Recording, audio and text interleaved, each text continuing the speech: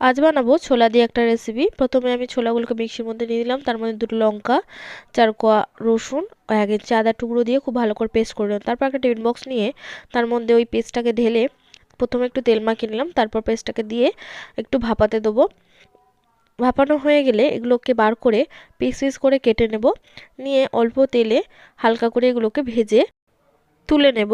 তারপর ওই একই তেলে ডুমো ডুমো করে কেটে রাখা আলু সেগুলোকেও খুব ভালো করে ভেজে তুলে নেব।